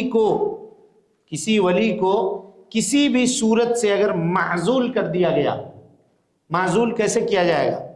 مثال کے طور پہ ایک رشتہ ہے، بالکل صحیح ہے، کوئی اس میں یہ نہیں ہے، لیکن ولی کو اس رشتے سے پرابلم ہے، ٹھیک ہے، وہ لڑکی کا پسند بھی نہیں ہے، ایسے ہی رشتہ آیا ہے، کسی دشمنی کی وجہ سے وہ نہیں چاہتا ہے، یا بسا اوقات علماء نے لکھا ہے کہ وہ بچی کا نکاح ہی نہیں کروانا چاہتا ہے، نکاح ہی نہیں کروانا چاہتا ہے۔ تو ایسی صورت میں جب کورٹ میں معاملہ جائے گا، اسلامی عدالت میں قاضی کے پاس، تو اس ولی کو قاضی کیا کر دے گا؟ اس کی صلاحیت ختم کر دے گا۔ قاضی کرے گا، ہم نہیں کر سکتے، ہم اپنے سے نہیں کر سکتے، قاضی کرے گا، اس کی صلاحیت ختم کر دے گا۔ اور جیسے اس کی ختم کرے گا تو اس کے بعد کا جو ولی ہے وہ اس لائق بن جائے گا کہ وہ اس کا نکاح اس سے کرا دے۔ اور بعض لوگ کہتے ہیں کہ نہیں، اگر والد کی صلاحیت کو ختم کیا تو اب اس جج کو ولایت کا اختیار مل جائے گا، وہ اس لڑکی سے اس کا نکاح کروا دے، وہ اس سے نکاح کروا دے۔ دیکھیے، ولی جو اس کے لیے کفو ہے، کفو مانے برابر ہے، اس سے نکاح روک سکتا ہے تو اس کے اوپر کارروائی کی جائے گی، لیکن اگر لڑکی اپنی پسند تھوکتی ہے تو اس سے وہ منع کر سکتا ہے۔ یہ بات ہم بار بار کر رہے ہیں، اسی لیے کہ اس کو سمجھنے میں کنفیوز مت ہوئیے گا اور اس کو خوب اچھی طرح سے سمجھ لیجئے گا۔ اسی طرح سے کوئی بھی مرد اگر کافر ہے تو مسلمان خاتون کا ولی وہ نہیں بن سکتا، لیکن اگر وہ کافر ہے اور اس کی جس بچی کا وہ نکاح کرانا چاہ رہا ہے وہ بھی کافرہ ہے تو وہ دونوں ایک دوسرے کے ولی بن سکتے ہیں، اس میں کوئی حرج کی بات نہیں ہے۔ اس کی مثال کیا ہوئی؟ کافر کا کافر سے کیوں ذکر کیا یہاں پہ؟ کیونکہ بات آئے گی کتابیہ کی، یہودیہ کی یا نصرانیہ کی، تو اگر اس کا باپ نصارہ میں سے ہے یا اس کا باپ یہودی میں سے ہے تو وہ اپنی بچی کا چاہ رہا ہے کروانا تو وہ کروا سکتا ہے، چونکہ اس کا دین دوسرا ہے، اس کی دیانت دوسری ہے۔ یہ کتنی ولی کا کتنے نمبر کا شرط ہوا؟ بولیے، تیسرا شرط نمبر 3 ولی۔ کتنا نمبر؟ کنفیوز ہو رہے ہیں کیا؟ تیسرا ہوا۔ چوتھا گواہ، کیا ہونا چاہیے؟ گواہ موجود ہونا چاہیے۔ کوئی بھی نکاح منعقد نہیں ہوگی مگر یہ کہ اس میں 2 گواہ موجود ہوں۔ اللہ کے نبی صلی اللہ علیہ وسلم نے فرمایا لا نکاح الا بولی، کوئی بھی نکاح منعقد نہیں ہوگی مگر ولی کی موجودگی میں، اس کی رضامندی میں، اور وشاہدی عدل، 2 عدل گواہ، عادل گواہ۔ عادل مانے کیا؟ عادل مانے عدل و انصاف کرنے والا۔ عادل کہتے ہیں اسلامی تعلیمات کے اوپر عمل کرنے والا، سمجھ رہے ہیں؟ نمازی ہو، اسی طریقے سے کیا ہو؟ شریعت کے اوپر عمل کرنے والا ہو، حرام سے اجتناب کرنے والا ہو، شریعت کی پابندی کرنے والا ہو، تب جا کر کے وہ گواہ بنے گا، ورنہ کسی جھوٹے کو گواہ بنا دیجیے گا تو وہ سچ بولے گا؟ ہاں، اللہ سے نہیں ڈرنے والے کو اگر گواہ بنا دیجیے گا تو وہ کچھ بھی گواہی دے دے گا کسی بھی وقت، سمجھ ماری بات؟ اسی لیے شاہدی عدل، آج لوگ کیا کرتے ہیں؟ عادل ضابط کو نہیں دیکھتے، پیسے والے کو دیکھتے ہیں، کون پیسہ والا ہے اس کو گواہ بنا دو، کوئی اگر تعلق بھی نہیں ہے تب بھی صرف مال ہے اس کے پاس تو اس کو لا کے گواہی کے لیے کھڑا کر دیا۔ گواہی کے لیے ایسے آدمی کو دیکھنا چاہیے جو نمازی ہو، متشرع ہو، دیندار ہو، دین کی پاسداری کرنے والا ہو، اللہ سے ڈرنے والا ہو۔ ایسے دو مردوں کو کیا کرنا ہے؟ نکاح میں گواہ رکھنا ہے. کہا لا نکاح الا بولی وشاہدی عدل، دو عادل و ضابط گواہوں کی موجودگی کے بغیر نکاح انعقاد نہیں ہوگا. کان من نکاح علی غیر ذلک، نبی صلی اللہ علیہ وسلم نے فرمایا اس کے علاوہ اگر کوئی نکاح کرتا ہے فہو باطل، اس کا وہ نکاح کیا ہوگا؟ باطل ہوگا. اور جب باطل ہوگا تو اس کے اوپر جو اثر مرتب ہوتے ہیں وہ سب کے سب باطل ہوں گے. سب کے سب کیا ہوں گے؟ باطل ہوں گے. وہ اثر بھی درست نہیں ہوگا. یہ حدیث ابن حبان میں موجود ہے اور علامہ البانی رحمۃ اللہ علیہ نے اس حدیث کو حسن صحیح کہا ہے، حدیث صحیح درجے کی ہے. اسی طریقے سے ولی کے لیے، گواہ کے لیے یہ ضروری ہے کہ وہ مرد ہو، خاتون گواہ نہیں بن سکتی کسی قیمت پہ. مرد ہو، عادل و ضابط ہو، بتا چکے ہیں، عقل مند ہو، بالغ ہو، مسلمان ہو. عقل مند ہونا چاہیے، بالغ ہونا چاہیے، مسلمان بھی ہونا چاہیے. اور اسی طریقے سے سننے اور بولنے کی صلاحیت بھی ہو، اس کے اندر سننے اور بولنے کی صلاحیت بھی ہو. اور نہیں تو وہ سن نہیں سک رہا ہے لیکن دیکھنے سک رہا ہے، لکھ کے بول سکتا ہے. تو کہتے ہیں کہ اگر کوئی ایسا موجود نہیں ہے تو ایسی صورت میں وہ جو لکھ کے بتا دے گا اس کو گواہ بنا دو. لیکن لوگ موجود ہیں جو سن سکتے ہیں اور بول سکتے ہیں، تو سننے اور بولنے والے کو گواہ بنانی چاہیے کہ کل چل کر کے اگر کوئی ضرورت پڑے تو گواہی دینے کی تو وہ بول بھی سکے اور معاملہ کر بھی سکے. سن ہی نہیں سکتا ہے تو اب اس نے کہا کہ میں نے قبول کیا، اب وہ سنا ہی نہیں، کیا کہا؟ قبول کیا. اب اس سے پوچھا رہے اس کا نکاح ہوا تھا، تم گواہ تھے؟ ہاں تھے. تو قبول کیا تھا، تم سنے تو؟ انہوں نے سنا نہیں تھا، ہم کو سنا ہی نہیں دیتا. تو تم کیوں گواہ بنا جب تم کو نہیں سنائی دیتا ہے؟ تو سمجھ میں آ رہی بات؟ جی. تو سننے والا بھی ہونا چاہیے، بولنے والا بھی ہونا چاہیے. اب کچھ لوگ کہتے ہیں کہ اگر نکاح کی بات پھیل گئی ہے نا، لوگوں میں معلوم ہو چکی ہے، تو گواہ رکھنے کی ضرورت نہیں ہے. حالانکہ یہ بات غلط ہے. یہ بات کیا ہے؟ غلط ہے. اصل میں کنفیوژن کہاں ہے؟ دیکھیے کنفیوژن ہے، کہتے ہیں کہ اللہ کے نبی صلی اللہ علیہ وسلم نے حضرت صفیہ رضی اللہ عنہ سے نکاح کیا. ٹھیک ہے، صفیہ رضی اللہ عنہ سے نکاح کیا. صحابہ نے کہا ننظر، ہم دیکھیں گے، فَإِنْ حَجَبَهَا، اگر صبح کو اللہ کے نبی صلی اللہ علیہ وسلم نے اس کو پردہ کروایا ہوا ہے تو ہم سمجھیں گے کہ آپ نے اس سے نکاح کیا ہے. اور اگر وہ پردہ نہیں کی ہوئی ہیں تو ہم سمجھیں گے کہ اللہ کے نبی صلی اللہ علیہ وسلم نے اس کو اپنا باندی بنایا ہے. سمجھ رہے ہیں؟ یہ کہا صحابہ نے. اب لوگ اس سے استدلال کرتے ہیں کہ اس سے یہ پتا چلا کہ نبی صلی اللہ علیہ وسلم نے گواہ نہیں رکھی تھی. یہ کہاں سے پتا چلا؟ آپ نے گواہ رکھی ہوگی، لوگوں کو خبر نہیں ہوا ہوگا. کوئی ضروری نہیں ہے کہ نکاح کرنے کے لیے پوری بستی محلے میں آدمی کو پتا چلے، کوئی ضروری نہیں ہے. آج کل یہ چیزیں ہیں، وہ معاملہ نہیں تھا. عبد الرحمن ابن عوف رضی اللہ تعالیٰ عنہ نے نکاح کر لیا، مسجد میں آئے، پوچھا کیا بات ہے؟ تو کہا کہ اللہ کے نبی میں نے نکاح کیا ہے. اس وقت اگر چیف گیسٹ بننے کے لائق کوئی اگر تھے تو کون تھے؟ نبی صلی اللہ علیہ وسلم تھے. آج جیسے ہم لوگ چیف گیسٹ فلاں کو فلاں کو فلاں کو بلاتے ہیں، آپ نے ان تک بھی نہیں بلایا. کوئی اتنا بڑا وہ معاملہ ہی نہیں تھا جتنا بڑا آج ہم لوگ اس کو خرچے کا معاملہ ہم لوگوں نے بنا دیا ہے. اتنا بڑا یہ معاملہ نہیں تھا. تو صحیح بات اس سلسلے میں یہ ہے کہ گواہ کا ہونا کیا ہے؟ شرط ہے. گواہ ضروری ہے. اگر گواہ نہیں ہے تو نکاح نہیں ہوگا. اسی طرح سے کفاءت شرط ہے. کفاءت کس کو کہتے ہیں؟ کفاءت کہتے ہیں برابری. برابری. اب برابری میں کیا ہے مطلب؟ کیا خان ہے تو خان کے ساتھ ہوگا، شیخ ہے تو شیخ کے ساتھ ہوگا، انصاری ہے تو انصاری کے ساتھ ہوگا، عربی ہے تو عربی کے ساتھ ہوگا، عجمی ہے تو عجمی کے ساتھ ہوگا. یہ ہے برابری؟ بولیے. اسلام نے اس کو کہیں نہیں مانا ہے.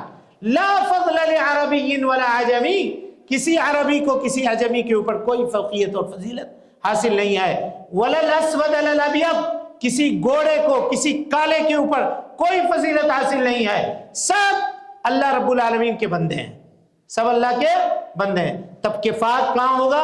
دین میں. دین میں لڑکا دیندار ہے کہ نہیں یہ دیکھا جائے گا، لڑکی دیندار ہے کہ نہیں یہ دیکھا جائے گا۔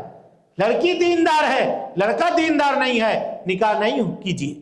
یا اسی طریقے سے لڑکا اگر دیندار ہے، متشرع ہے، لڑکی دیندار نہیں ہے تو نکاح نہیں کیجیے۔ یہ کفاءت کی بنیاد ہے۔ اس کے علاوہ کفاءت جنس میں نہیں چلے گا۔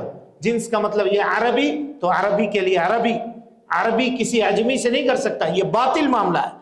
اور کسی کا خاندان ہے شیخ تو شیخ شیخ سے کرے گا، یہ باطل ہے۔ اور اسی طرح سے خان خان سے کرے گا، یہ باطل ہے۔ اور اسی طریقے سے انصاری کا نکاح انصاری کے ساتھ ہوگا، یہ باطل ہے۔ قریشی کا قریشی کے ساتھ ہوگا، یہ باطل ہے۔ اسلام نے یہ پابندی کہیں بھی نہیں لگائی ہے، صرف کس میں ہے؟ صرف دینداری میں۔ دونوں کے اندر دینداری دیکھی جائے گی۔ رہی بات، کچھ لوگوں نے کہا کہ کاروبار ہونا چاہیے، اس کا لوہے کا کاروبار تو اس کا بھی لوہے کا کاروبار، اس کا فلاں کا کاروبار تو اس کا بھی فلاں کا کاروبار، سمجھ رہے ہیں؟ یہ ساری چیزیں اسلام کے اندر اس کی کوئی حیثیت اور کوئی وقعت نہیں ہے ان پابندیوں کی۔ اللہ تعالیٰ فرماتا ہے ان اکرمکم عند اللہ اتقاکم، اللہ رب العالمین کے نزدیک تم میں سے سب سے زیادہ عزت دار وہ آدمی ہے جو تقوی اختیار کرنے والا ہو، تقوی اختیار کرنے والا ہو۔ ایک صحابی آئے نبی صلی اللہ علیہ وسلم کے پاس، کالے کلوٹے صحابی، غریب صحابی، کہا اللہ کے نبی صلی اللہ علیہ وسلم کوئی مجھ سے بھی نکاح کرے گا؟ کہا کیوں نہیں کرے گا، تجھ سے نکاح؟ جاؤ فلاں قبیلے میں اور فلاں آدمی سے کہنا کہ نبی صلی اللہ علیہ وسلم نے کہا ہے کہ اپنی بیٹی سے میرا نکاح کروا دو۔ کہا اللہ کے نبی میں جاؤں گا کہوں گا اور وہ مان جائے گا۔ جلیبیب نام تھا ان کا صحابی کا۔ کہا کہ جاؤ کہو تم۔ گئے، وہ دروازہ کھٹکھٹایا، کہا کیا بات ہے جی؟ کہا اللہ کے نبی صلی اللہ علیہ وسلم کے پاس سے آئے ہیں، کہا ہے کہ آپ نکاح پڑھا دیجیے اپنی بچی کا۔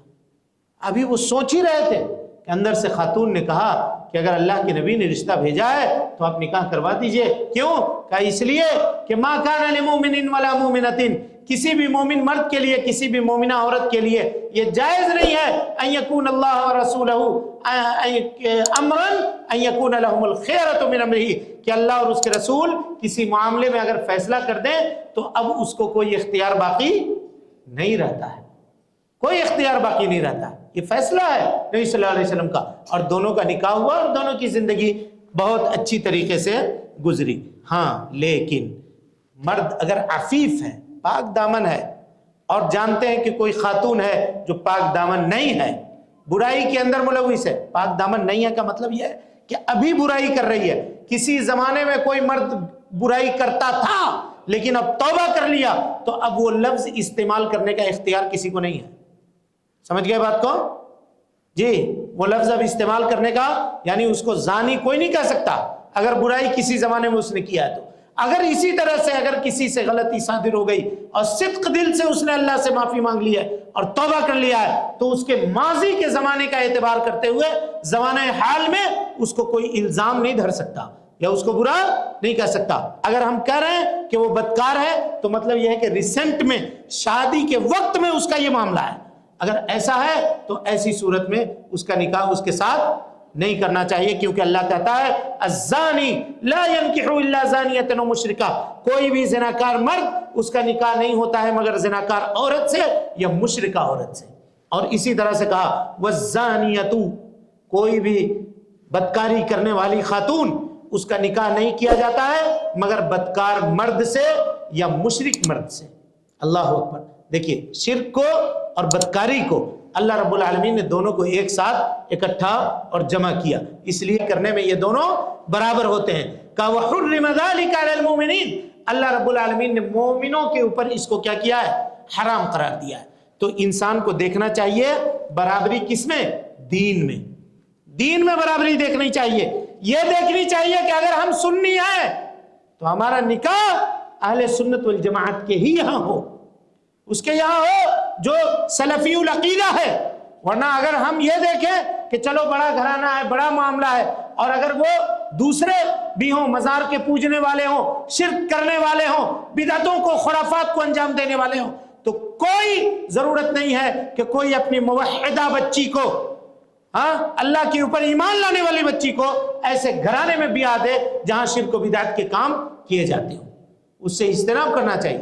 یہاں اصل دیکھنا چاہیے تو یہاں کوئی نہیں دیکھتا، جہاں نہیں دیکھنا چاہیے تو وہاں لوگ جاتی ڈھونڈتے ہیں، کس جات کا ہے، کس برادری سے تعلق رکھتا ہے، کس قبیلے سے تعلق رکھتا ہے، کس خاندان سے تعلق رکھتا ہے۔ خاندان، قبیلہ، اس کی کوئی اہمیت اسلام کے اندر نہیں ہے۔ اسلام کے اندر اہمیت تقوی کی ہے۔ تو وہ کفایت کا اعتبار، برابری کا اعتبار کس میں ہوگا؟ دو چیزوں میں، پاک دامنی میں اور دینداری میں۔ بس دونوں پاک دامن ہونا چاہیے پہلی شرط، اور دونوں دیندار ہونا چاہیے، دونوں دیندار ہونا چاہیے۔ اور اس کے علاوہ انصاری ہے، شیخ سے نکاح کر رہا ہے، ہو جائے گا، شیخ ہے خان سے نکاح کر رہا ہے، ہو جائے گا۔ کہیں پر کوئی رکاوٹ شریعت کی جانب سے اس سلسلے میں نہیں ہے، کہیں پر بھی اس سلسلے میں کوئی رکاوٹ نہیں ہے۔ چلیے، یہ یہاں سے اب یہ معاملہ مکمل ہوا۔ اب اس کے بعد آئیے ایک اہم معاملے کی طرف ہم لوگ چلتے ہیں۔ وہ معاملہ ہے نکاح میں مہر کا معاملہ۔ کس کا معاملہ؟ مہر کا معاملہ۔ مہر یہ نکاح کے ارکان میں بھی نہیں ہے، غور سے سنیے گا۔ رکن آپ لوگ پڑھ چکے ہیں، رکن میں کہیں پہ تذکرہ ہوا مہر کا؟ نہیں ہوا۔ اسی طریقے سے شرط آپ لوگ پڑھ چکے ہیں، شرط میں کہیں پر تذکرہ ہوا مہر کا؟ نہیں ہوا۔ تو یہ جان لیجئے گا کہ مہر نہ تو نکاح کے ارکان میں ہے اور نہ نکاح کے شرط میں ہے، دونوں میں نہیں ہے۔ اگر لڑکا لڑکی کا نکاح ہوتا ہے اور مہر اگر طے بھی نہیں ہے تب بھی دونوں کا نکاح ہو جائے گا، سمجھے؟ دونوں کا نکاح ہو جائے گا۔ لیکن نکاح ہونے کے بعد جو چیز سب سے پہلے واجب ہوگی وہ کیا ہوگی؟ مہر۔ سمجھ رہے ہیں؟ مہر نکاح کے لیے ضروری نہیں ہے، نکاح کے اثر میں ضروری ہے۔ یعنی نکاح منعقد ہو گیا تو جو اثر اس کے مرتب ہوں گے، ان اثرات میں سے سب سے پہلا اثر کیا مرتب ہوگا؟ کہ مہر اس کو دینا پڑے گا۔ اب دیکھیے کچھ مسائل کو سرسری پڑھیے، پھر بات کو آگے بڑھائیں گے۔ میاں بیوی کا نکاح ہوا، دونوں میں کوئی مہر طے نہیں ہوا تھا، نکاح ہو گیا۔ نکاح ہونے کے بعد دونوں نے تنہائی اختیار کرنے سے قبل، ابھی تنہائی اختیار نہیں ہوئی ہے، مثال لیجئے اس کی کہ مسجد میں نکاح ہوا، دلہن نیچے ہے دولہا اوپر ہے، نکاح ہو گیا۔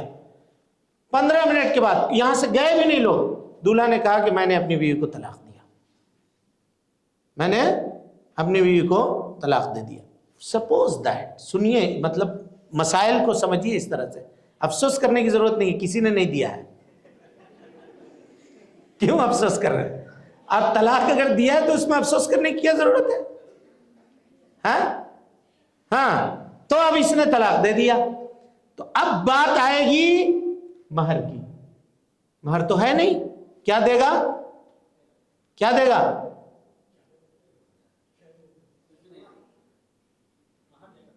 اس کو کہتے ہیں، یہاں پہ یہ دے گا، کہتے ہیں متعہ، اس کو کہتے ہیں عربی میں متعہ مانے فائدہ۔ ایک آدھ کپڑا دے دیا، کچھ 1500 جو اس کے جیب نے اجازت دی، کچھ پیسے اس کو دے دیا، کوئی معاملہ ہی نہیں ہوا دونوں میں۔ آپ لوگوں نے دیکھا کوئی معاملہ ہی دونوں میں قائم نہیں ہوا، دونوں نے ابھی تنہائی بھی اختیار نہیں کی، ایک دوسرے کی شکل تک نہیں دیکھی ہے، یہ بات ہوئی۔ یعنی نکاح کے بعد کی بات بتا رہے ہیں، نکاح سے پہلے دیکھا ہوگا تو اس کا اعتبار نہیں ہے، شکل دیکھنے کی بات، تو اب یہ کچھ بھی نہیں دے گا۔ لیکن اگر مہر متعین ہے اور اسی کنڈیشن میں اس نے طلاق دیا تو اس کو کتنا مہر دینا پڑے گا؟ کتنا؟ نصف مہر، آدھا مہر۔ 10,000 اگر متعین ہے 5,000 اس کو دینا پڑے گا۔ اسی بات سمجھ گئے بات کو؟ دونوں میں فرق سمجھا ابھی کہ نہیں سمجھے؟ اگر مہر متعین نہیں ہے تو کیا کرے گا؟ کچھ بھی نہیں دے گا۔ اور اگر مہر متعین ہے اور دونوں تنہائی اختیار کیے بغیر طلاق دے دیتے ہیں تو ایسی صورت میں شوہر اس کو کتنا دے گا؟ آدھا مہر دے گا، نصف مہر۔ 1 لاکھ طے ہوا ہے، 50,000 دینا پڑے گا، ہے نا؟ 50,000 دینا پڑے گا۔ اب یہ بات آئے گی، اب اس لیے اس کو ہم نے کہا کہ یہ بات قرآن مجید کے اندر موجود ہے. تو اب اگر کوئی آدمی یہ کہے، دیکھیے اللہ تعالیٰ فرماتا ہے وَإِن طَلَّقْتُمُوهُنَّ، اگر تم خواتین کو طلاق دے دو، من قبل ان تمسوهن، ان کو چھوئے بغیر، چھونے سے یہاں خاص طرح سے چھونا مراد ہے، کہا من قبل ان تمسوهن وقد فرضتم لهن فریضہ، اور تم نے مہر متعین کر دیا ہے، فنصف ما فرضتم، تو جتنا مہر تم نے متعین کیا اس کا آدھا اس کو دینا پڑے گا.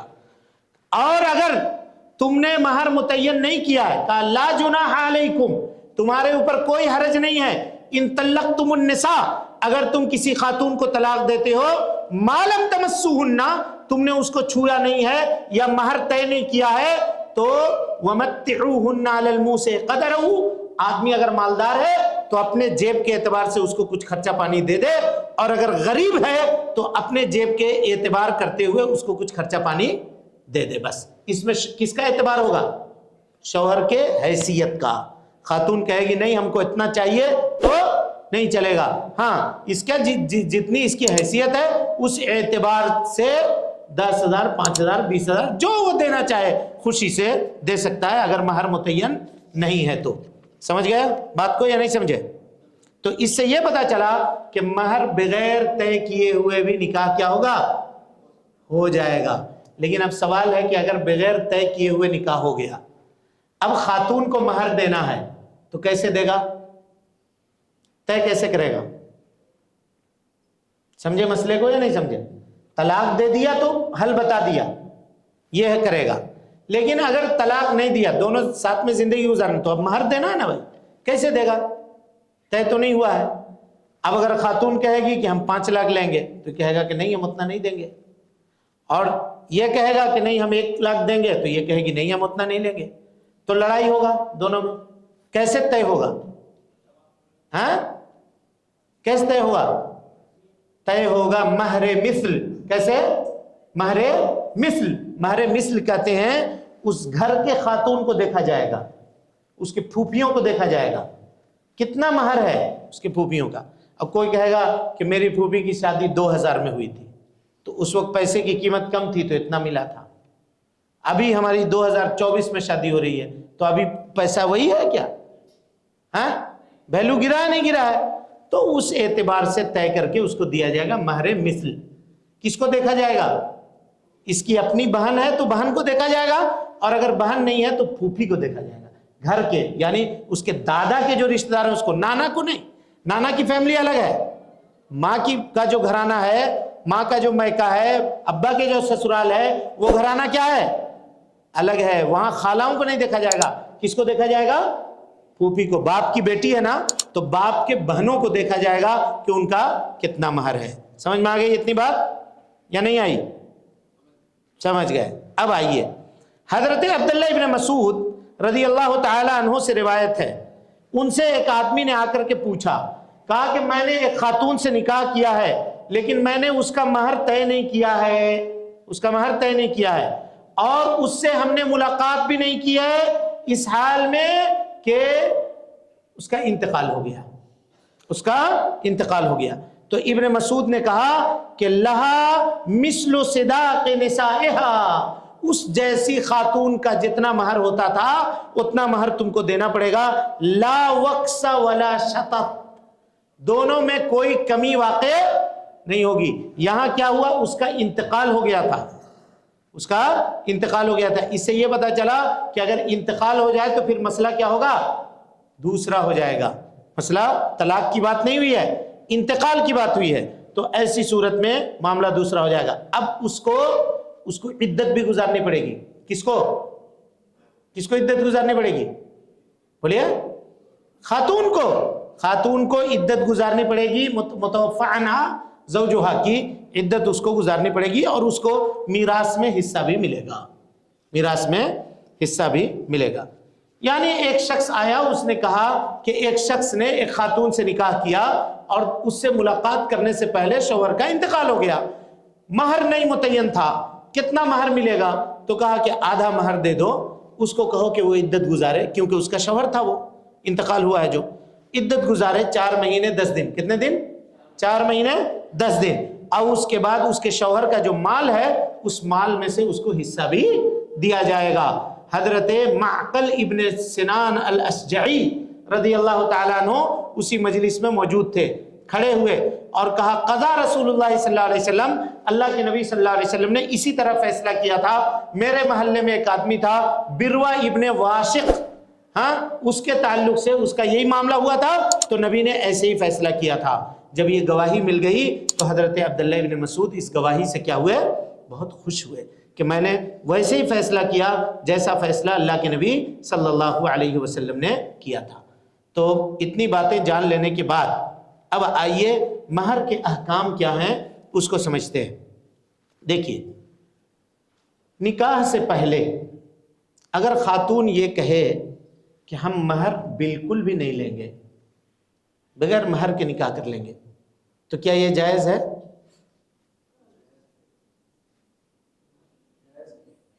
بولیے، جائز ہے؟ ناجائز ہے۔ کیا ہے؟ ناجائز ہے۔ وہ ساقط نہیں کر سکتی ہے نکاح سے پہلے۔ کیوں نہیں ساقط کر سکتی ہے؟ کیوں نہیں کر سکتی ہے؟ ہاں، ولی کا کوئی اختیار نہیں ہے مہر میں۔ کیوں نہیں کر سکتی ہے؟ وہ مال ابھی اس کا ہوا ہی نہیں ہے، وہ کیسے منع کرے گی؟ نہیں سمجھے بات کو؟ یہ تو وہی بات ہوئی نا، میں اگر آپ سے کہوں کہ اس وقت یہ کرشنا ندی جو بہہ رہی ہے وہاں جتنی مچھلیاں ہیں میں آپ سے 1 کروڑ میں بیچتا ہوں، تو آپ کہیے گا کہ تمہارا ڈھیلا ہے یا پھر کیا؟ ارے مچھلی مارو، پکڑ کے لاؤ، وزن کرو، اگر 1 کروڑ کے لائق ہوگا تو ہم تم سے خریدیں گے۔ تم پہلے کیوں معاف کر رہا ہے؟ سمجھ ماری بات؟ پہلے کوئی بھی معاف نہیں کر سکتی ہے۔ ہاں، مہر مل گیا، اس کو مل گیا، اب اگر وہ چاہتی ہے کہ پورا معاف کر دے، دے لوٹا دے، 10,000 مثال کے طور پہ شوہر نے دیا مہر پہ، 10 کا 10 لوٹا دے، یا 5 لوٹا دے، یا 2 لوٹا دے، یا 3 لوٹا دے، یا 1 لوٹا دے، اس کے اختیار میں، لیکن پہلے لے کر ملکیت میں قبضہ کرنے کے بعد، ملکیت میں آ جانے کے بعد، اس کے بعد چاہے وہ پورا لوٹا دے چاہے کم لوٹا دے۔ دیکھیے اللہ تعالیٰ کیا کہتا ہے، غور سے سنیے اس کو، وَآتُوا النِّسَاءَ صَدُقَاتِهِنَّ نِحْلًا، خواتین کو ان کا مہر پورا خوشی ادا کر دو، خوشی پورا ادا کر دو۔ فَإِن طِبْنَ لَكُمْ عَنْ شَيْءٍ مِّنْهُ نَفْسًا، اگر خاتون خود سے بغیر کسی پریشر میں آ کر کے اگر وہ تم کو کچھ دیتی ہے مہر میں، یعنی مثال کے طور پہ خاتون کے پاس 1 لاکھ روپے مہر کا رکھا ہوا ہے، اب وہ دیکھ رہی ہے کہ شوہر بزنس میں بہت پریشان ہے، لاس کھا گئے ہیں، ایک دوسرے سے قرض لیتے پھر رہے ہیں یا قرض لینے کے فراق میں ہیں، اب خاتون نے پیسہ نکالا اور کہہ دیا کہ یہ پیسہ آپ لیجئے، استعمال کیجئے۔ کیوں پریشان ہوتے ہیں؟ ہوگا تو دے دیجئے گا، نہیں ہوگا تو آپ استعمال کیجئے، کس دن یہ کام آئے گا پیسہ۔ اپنی مرضی سے وہ اگر کرنا چاہے تو کر سکتی ہے، لیکن شوہر یہ نہیں کہہ سکتا کہ تم وہ پیسہ رکھا ہوا چاہ نکالو، وہ پیسہ کیوں رہے گا، وہ پیسہ وہاں پہ نہیں، یہ پیسہ کس کا ہے؟ بولیے، اس کا ہے، اس پہ آپ کا کوئی زور نہیں چلے گا۔ خاتون کے مال پہ آپ کا کوئی بھی زور 0% بھی نہیں، -% بھی اس کے اوپر آپ دباؤ نہیں بنا سکتے کہ وہ پیسہ نکال کر کے دو۔ اگر خود سے دیتی ہے تو دیتی ہے، یا اگر آپ قرضہ لینا چاہ رہے ہیں تو قرضہ لیجئے، پھر اس کو لوٹائیے، وہ اپنے اختیار سے قرضہ دے تو قرضہ مانگ کے لیا جاتا ہے، زبردستی نہیں لی جا سکتی ہے۔ سمجھ گئے بات کو؟ سمجھے نہیں سمجھے؟ جی، اب آئیے مہر ہونا کتنا چاہیے؟ مہر ہونا کتنا چاہیے؟ تو مہر کی اکثر کی کوئی قید نہیں ہے، اکثر کی کوئی قید نہیں ہے، جو چاہے جتنا چاہے دے دے، ٹھیک ہے، جو چاہے جتنا چاہے دے دے۔ اللہ تعالیٰ فرماتا ہے وَإِنْ أَرَدْتُمُ اسْتِبْدَالَ زَوْجٍ مَكَانَ زَوْجٍ، اگر تم ایک بیوی کی جگہ دوسری بیوی لانا چاہتے ہو، یعنی ایک کو ہٹانا چاہتے ہو، طلاق دینا چاہتے ہو، وَآتَيْتُمْ إِحْدَاهُنَّ قِنْطَارًا، اور تم نے اس کو بہت مال دیا ہوا ہے، فَلَا تَأْخُذُوا مِنْهُ شَيْئًا، تو اس سے کچھ بھی نہیں لے سکتے ہو۔ مہر جو دیا ہے، طلاق دینے کے بعد شوہر مہر کا کوئی حصہ بھی اس سے مطالبہ نہیں کر سکتا ہے. فلا تاخذوا منه شيئا اتاخذونه بهتانا واثما مبینا. کیسے تم یہ کام کر سکتے ہو؟ وَكَيْفَ تَأْخُذُونَهُ، قرآن کہتا ہے وہ مہر تم کیسے لے سکتے ہو؟ وَقَدْ أَفْضَى بَعْضُكُمْ إِلَى بَعْضٍ، کہ آپس میں تم ایک دوسرے کے ساتھ رہ چکے ہو، کیسے وہ مہر مطالبہ کر سکتے ہو؟ لہذا وہ مہر کا 1 روپیہ بھی شوہر اب واپس نہیں لے سکتا ہے. اور یہاں کہا کیا کہا؟ وَآتَيْتُمْ إِحْدَاهُنَّ قِنْطَارًا. قنطار کہتے ہیں مال کثیر کو. کس کو کہتے ہیں؟ مال کثیر کو. حضرت عمر رضی اللہ تعالیٰ عنہ کے زمانے میں خواتین نے اپنا مہر بہت مہنگا کر دیا، مہر میں اضافہ کر دیا، تو لوگوں کو نکاح کرنے میں دقت ہونے لگی. اتنا پیسہ نہیں ہوتا تھا اور خواتین زیادہ مانگتی تھی مہر میں. تو حضرت عمر نے ایک مرتبہ ممبر پہ چڑھ کے یہ فیصلہ کیا کہ میں اب مہر متعین کر دوں گا، فکس کر دوں گا اتنا. ایک خاتون کھڑی ہو گئی خاتون کی مجلس میں سے، کہ آپ ہوتے کون ہیں فکس کرنے والے؟ جب اللہ کے رسول نے نہیں کیا فکس اور اللہ تعالیٰ نے اس کو کہا ہے کہ جتنا بھی دے. کہاں کہا اللہ تعالیٰ نے؟ یہی آیت پڑھی ہو، وَإِنْ أَرَدْتُمُ اسْتِبْدَالَ زَوْجٍ مَكَانَ زَوْجٍ وَآتَيْتُمْ إِحْدَاهُنَّ قِنْطَارًا. قنطار مانے مال کثیر. اگر تم نے کسی کو مال کثیر بھی دیا ہوا ہے، اس سے یہ پتہ چلا کہ مہر میں مال کثیر دینا جائز ہے. کوئی آدمی اگر چاہتا ہے دینا تو دے سکتا ہے. اسی طریقے سے مہر قلیل بھی رکھی جا سکتی ہے. اس کی دلیل کیا ہے؟ نبی صلی اللہ علیہ وسلم نے صحابی سے کہا تھا التمس ولو خاتما من حدید، جاؤ تلاشو اگرچہ لوہے کی انگوٹھی ہی کیوں نہ ہو، لوہے کی انگوٹھی کیوں نہ ہو. لیکن اگر کوئی آدمی یہ کہے کہ مہر میں مجھے ایسی چیز دو جس کا کوئی فائدہ نہیں، مثال کے طور پر کیا ہے؟ چاول کے 2 دانے دے دینا، گیہوں کے 2 دانے دے دینا. ہاں چاول کے 2 دانے اگر ہیرا ہو تو ٹھیک ہے، اس کی قیمت زیادہ ہوگی، ہے کہ نہیں؟ یا اگر کھجور کی گٹھلی دے دینا، ہاں اس کے برابر سونا ہو اتنا بڑا تو ٹھیک ہے اس کی قیمت ہوگی. لیکن وہ گٹھلی کی کیا قیمت ہے؟ کوئی قیمت نہیں ہے. تو بے قیمت مہر بھی نہیں ہوگا. جب صحابی آئے اور انہوں نے کہا کہ یا رسول اللہ میرے گھر میں سونے لوہے کی انگوٹھی بھی نہیں ملی، لیکن یہ میرا ازار ہے، ازار جو لنگی پہنے ہوئے تھے، کہا کہ یہ میرا ازار ہے. ایسا کرتے ہیں آدھا آدھا کر دیتے ہیں، آدھا ہم استعمال کریں گے، آدھا اپنی بیوی کو دے دیتے ہیں مہر میں. نبی صلی اللہ علیہ وسلم نے کہا کہ آدھا جب پھاڑ کر دو گے اس کو تو نہ تم استعمال کر سکتے ہو نہ تمہاری بیوی استعمال کر سکتی ہے. تو پتہ چلا کہ جس کی کوئی قیمت نہ ہو اور جس کو کوئی استعمال نہیں کر سکتا ہو وہ چیز مہر میں نہیں رکھی جائے گی. اسی طرح سے حرام چیز مہر میں نہیں رکھی جائے گی. کوئی کہے کہ ہم 5 بوتل شراب دیں گے والعیاذ باللہ، کیا ہو جائے گا؟ یہ حرام ہو جائے گا. یا کوئی حرام چیز دینے کی بات کرے تو یہ کیا ہوگا؟ حرام ہوگا. حلال چیز دینا پڑے گا اس کو اور قیمت والی چیز دینی پڑے گی.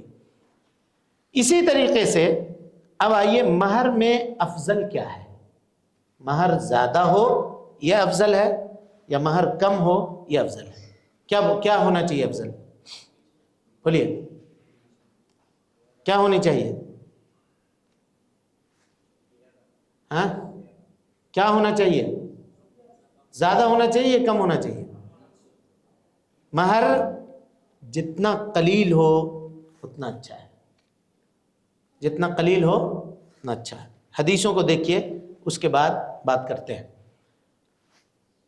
افضل اور سنت یہ ہے کہ مہر خفیف ہو، قلیل ہو.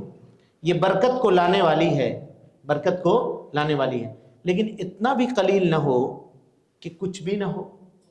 ایسا بھی نہیں ہونا چاہیے. مثال کے طور پر کوئی 2000 رکھے، 2000 میں ناشتہ تک نہیں ہوتا صحیح سے، ہوتا ہے؟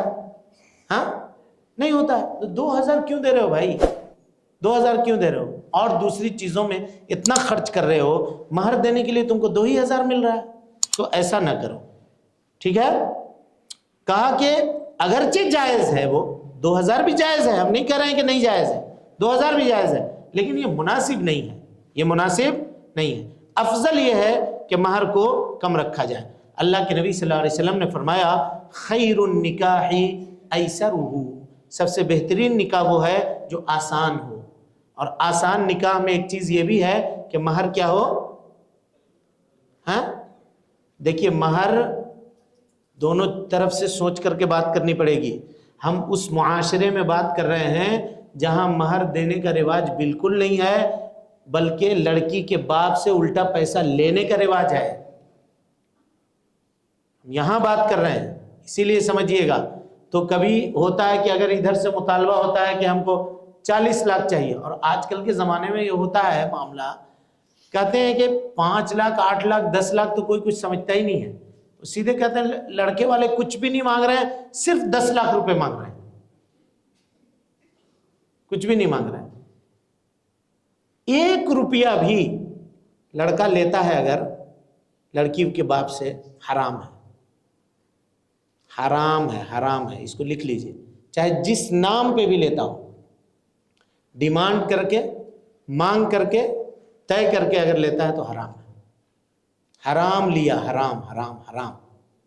چاہے اس کے لیے اس میں اور سود میں، اس میں سور کے خون میں اور اس کے گوشت میں کوئی فرق نہیں ہے، کوئی فرق نہیں ہے.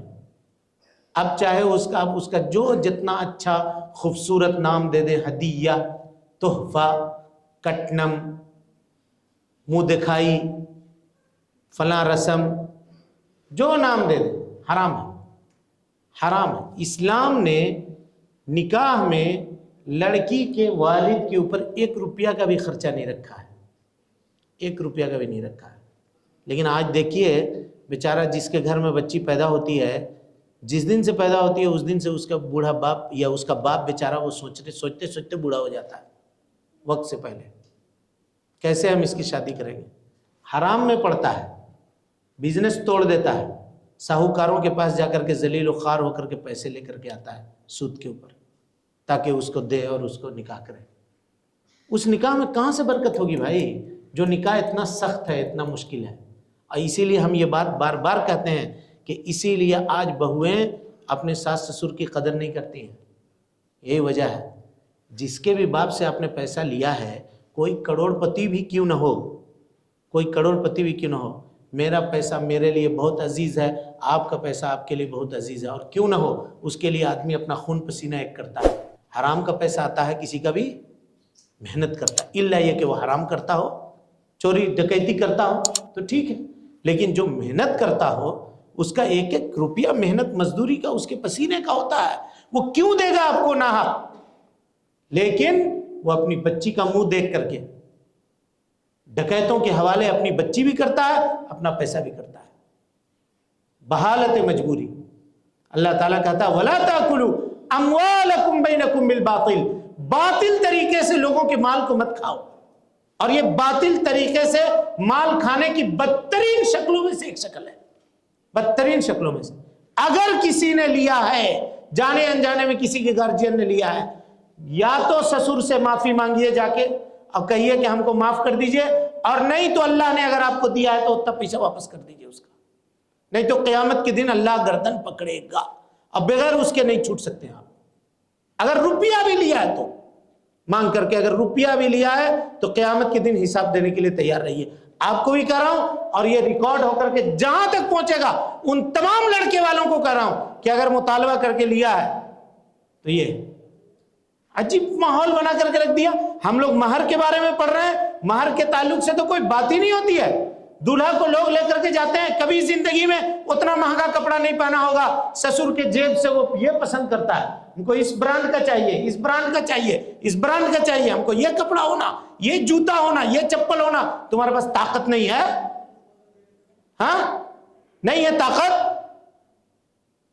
پھر کس بات کا؟ اگر طاقت نہیں ہے اس کی، مت کرو شادی. روزہ رکھو. شروع میں بات آئی ہے آپ کے سامنے کہ اگر تم کھانا خرچہ دینے کی طاقت اور صلاحیت نہیں رکھتے ہو تو روزہ رکھو. والعیاذ باللہ، تماشا کر کے رکھ دیا دین اسلام کا.